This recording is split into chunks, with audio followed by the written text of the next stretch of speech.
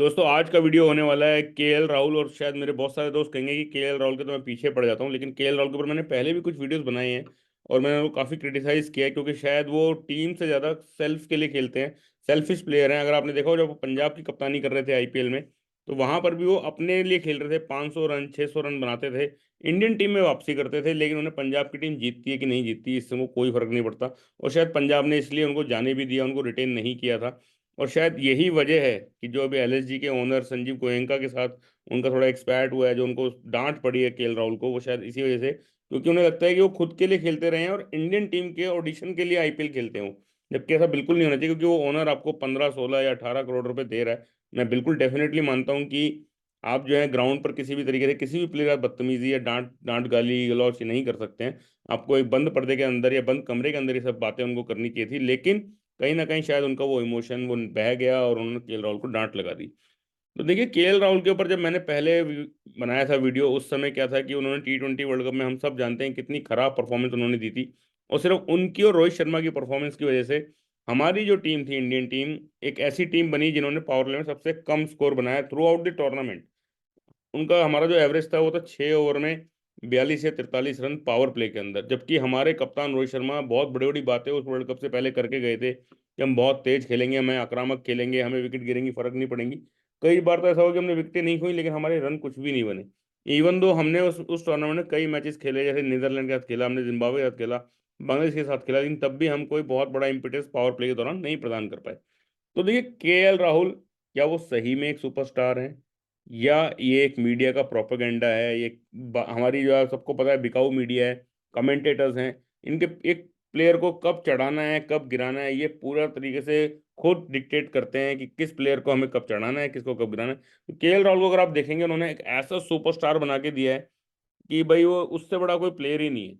जबकि आप देखेंगे कि केएल राहुल ने ऐसा कुछ भी इंडियन क्रिकेट के लिए नहीं किया कि जहां से उसने कोई ऐसा मैच जिता दिया हो कि ये मैच कभी जीत नहीं सकते थे, या कोई ऐसी परफॉर्मेंस कर दी हो कि हाँ यार ये परफॉर्मेंस तो एक्सेप्शनल है।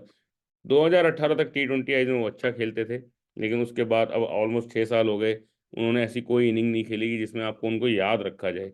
तो देखिए, अगर हम बात करें इस आईपीएल की स्पेसिफिकली, इस आईपीएल में उन्होंने अब तक 13 इनिंग खेली हैं और टोटल जो उन्होंने 465 रन बनाए हैं, जिनमें उनकी एवरेज रही है 35 की और स्ट्राइक रेट रही है 137 की। तो ऐसा कोई भी एक्सेप्शनल नहीं है। जहाँ पे अगर आप देखेंगे एसआरएच की टीम को आप देखिए, दिल्ली कैपिटल्स को आप देखिए, आप आरसीबी को देखिए, आप और भी कुछ टीमें अगर आप देखेंगे तो उनको भी, जैसे कि चाहे आप पंजाब की टीम को भी ले लीजिए, उन्होंने 262 रन चेज किए हैं। केकेआर की टीम को आप देख लीजिए, जो कि 6 ओवर में आराम से 70 75 रन बना रहे हैं अपनी टीम के लिए। लेकिन केएल राहुल अभी भी शायद सेल्फिश तरीके से कि मेरे रन बन जाएं, मेरे 700 बन जाएं, मेरे 800 बन जाएं, उसी पे लगे हुए हैं।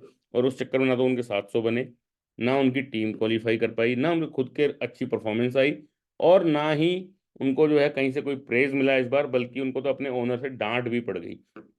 अगर बात करें इस आईपीएल में, उन्होंने केवल 2 या 3 हाफ सेंचुरी उन्होंने लगाई है। पहले में उन्होंने अच्छी शुरुआत की थी, 58 रन बनाए थे। फिर उन्होंने सीएसके के साथ अपने इस सीजन की बेहतरीन पारी पारी खेली, जिसमें उन्होंने 82 रन बनाए, और फिर राजस्थान रॉयल्स के साथ भी 76 रन बनाए। और आप देखेंगे इन 3 हाफ सेंचुरी में से उनकी टीम 2 बार हारी हुई है, यानी कि एक ही हाफ सेंचुरी उनकी विनिंग कॉज में आई है। अदरवाइज उनकी टीमें हारती ही आ रही हैं। टोटल 13 मैचों में उन्होंने कप्तानी की, जिसमें कि 6 उनकी टीम जीती, 7 हारी।